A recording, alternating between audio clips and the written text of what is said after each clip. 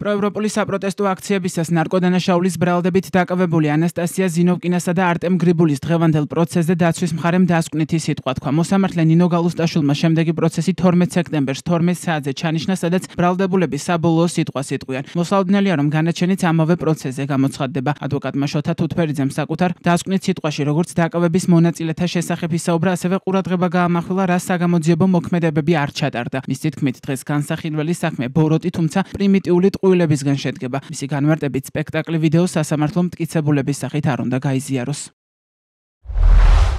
ბრალდებული ზინოვკინა დააკავეს 17 დეკემბრის 18 საათსა და 41 წუთზე. რა თქმა უნდა, ბუდაპეშტის 48 ნომერში. გრიბულიც ამავე მისამართზე დააკავეს 1 წუთის განსხვავებით თითქმის იგივე დროს. ამასთან პატივცემულო მოსამართლე ვახვრთოვანებას იწვევს პოლიციელთა სინქრონული მუშაობა. ალბათ მოცეკვავეთა ანსამბლს შეშურდებოდა ის თანხვედრა დროებში, რაც ბრალდებულთა დაკავებისა და ჩხრეკის ოქმებშია მოცემული. ძალით უნიჭოდ აცდენილი თითო ოროლა წუთით. ოღონდ ბატონო მოსამართლე, თუ გამოიცნობთ წინააღმდეგობის გაწევის მიუხედავად, აგრესიის მიუხედავად, პასუხობდნენ თუ არა ისინი პოლიციელთა კითხვებს? ცხადია. სხვაგვარად ემილ კუპრავა და თამარ ძნელაძე ხომ ვერ მოიგონებდნენ ბრალდებულთა განათლებისა და ოჯახური მდგომარეობის შესახებ ინფორმაციას. ხომ არ მოიგონებდნენ ახლობლების ტელეფონების ნომრებს, რუსეთში საცხოვრებელ ადგილებს. შესაძლოა ყვირილით პასუხობდნენ და სწორედ ეს ჩაითვალა წინააღმდეგობის გაწევად და აგრესიად. ხალბატონო ნინო, თქვენ ყველამ კარგად ვიცით, რომ ოქმის მხოლოდ ეს ნაწილია სიმართლე, ხოლო დანარჩენი მტკნარი სიცრუე. აღსანიშნავია განსაკუთრებული გარემოება გრიბულის დაკავების მონაწილეთა შესახებ. ჩემი პირველი საქმეა, როცა დაკავებაში მონაწილე პოლიციელი თავად არის ბრალდებული, ირაკლი მუხათგვერდელი. მართალია სასამართლომ მის შემთხვევაში მაინც და მაინც დიდი დარღვევა ვერ დაინახა ოპერატიული მანქანიდან ნასვამ მდგომარეობაში, იარაღიდან საჯარო ადგილზე სროლაში, თუმცა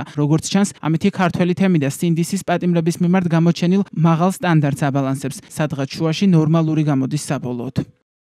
ანასტასია ზინოვკინა და არტემ გრიბული 17 დეკემბერს დააკავეს. პროკურატურა მათ 16 გრამი ნარკოტიკული ნივთიერების ფლობას ედავება, რასაც ბრალდებულები უარყოფენ და ამბობენ, რომ ნარკოტიკი აქციებში მონაწილეობის გამო ჩაუდეს.